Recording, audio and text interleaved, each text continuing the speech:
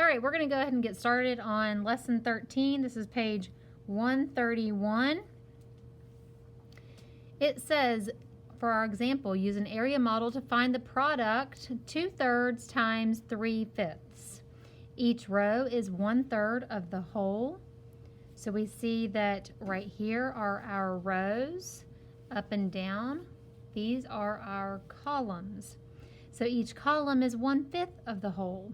The whole is divided into 15 equal parts. The dark gray part shows 2/3 of 3/5. Remember, when we use this word of, that's showing multiplication. Multiplication equals the word of. We're going to remember that. 6 out of 15 parts of the whole are shaded dark gray. It's this part right here. So the dark gray shows 6/15. So we have right here 2/3 times 3/5 equals 6/15. So our question number 1 says, why are 15ths shown in the example model? So we can think about it this way. Since the whole model is divided into fifths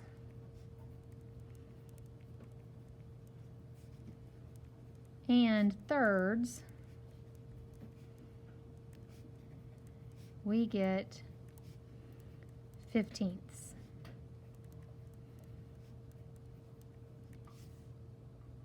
Or we can say 3 times 5 equals 15.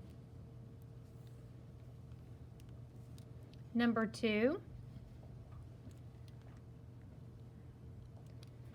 says use the area model in the example to write the product.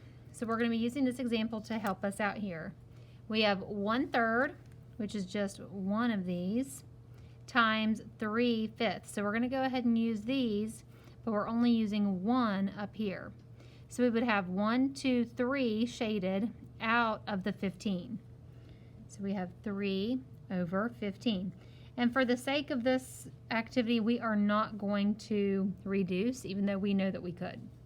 The next one says 2/3, that's 2 of these, times 4/15, or 4/5, sorry. So we'd have 1, 2, 3, 4 shaded this way. So we'd have this entire area shaded in. So 1, 2, 3, 4, 5, 6, 7, 8 out of 15. Our next one says 3/3, so all of these would be shaded in, times 2/5. So only 1, 2. So 1, 2, 3, 4, 5, 6 over 15. Okay, so number 3 says choose yes or no to tell whether the denominator of each product is 12ths. So that means it's going to be 12. And so we're going to look at this little guy over here that says the denominator of the product is the same as the product of the denominators of the factors. That's really wordy, but it basically means if you multiply the two denominators, is it equal to 12? So 2 times 6, does that equal 12? Yes, it does. Because we know when we multiply the denominators, that's going to tell us how many times this is going to be divided up. For B, 4 times 5, that equals 20, and that is not 12. So my answer is no. For letter C, 4 times 3, that is 12. So it's yes. D, 6 times 2, that equals 12. So the answer is yes. All right, number 4 says the number line shows 1/2 times 3/4. So it's already modeled right here for you. Each fourth on the number line is divided into how many equal parts. So I'm just going to kind of mark out all these for us, And we're looking right here at this fourth. How many times is it divided? Well, I see here's 1 and here's 2. So it's divided into 2 equal parts. Of these equal parts, each of these parts is what fraction of the whole? So I see 1, 2, 3, 4, 5, 6, 7, 8. There are 8 equal parts. So one of them would be 1/8. How many eighths of the whole are shaded? So like how many of these boxes are represented here?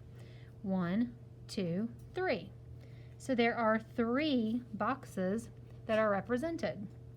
So the model clearly shows that there are 3 out of, we've already answered this, 8, because there are 8 parts right here and 3 of them are shaded in. So 1/2 times 3/4 equals 3/8. All right, problem number 5 says use the area model and write the product. So A is 1/3 times 1/3. So don't get confused by this. Each of these columns represents 1/3. Each of these rows represents 1/3. So I'm going to go ahead and label them on the side and on the top. So 1/3, I'm going to go ahead and do that one this way. So 1/3 going down looks like this. And then 1/3 for the second one, I'm going to do it across. So there is only one box that represents 1/3 times 1/3. So that's 1 out of how many total when I count them all up? That's 9. The next one says 1/3 times 2/3. Well, I already have my 1/3 going down, so now I'm going to go ahead and I'm going to actually highlight this one and the first one so I don't get myself confused. So my 1/3 going down is in yellow. Now I'm going to do 2/3 in orange. I'm going to do it this way. So I'm going to count again. 1, 2. I have 2 squares out of 9 that are showing both of my colors, yellow and orange. So now let's do another one. 2/3 times 2/3. Well, I already have 2/3 in orange shaded. Now I need to do a second column in yellow. So what I mean when I say I already have 1/3, it's already shaded yellow. So here's a second third. So 1/3 plus 1/3 equals 2/3 in yellow. So let's count how many boxes we have. 1, 2, 3, 4 out of 9 total. So now let's do our next one. See, I already have 2/3 in orange. Now I'm going to make 3/3 in yellow. So I have 1/3, 2/3. Here's 3/3 in yellow.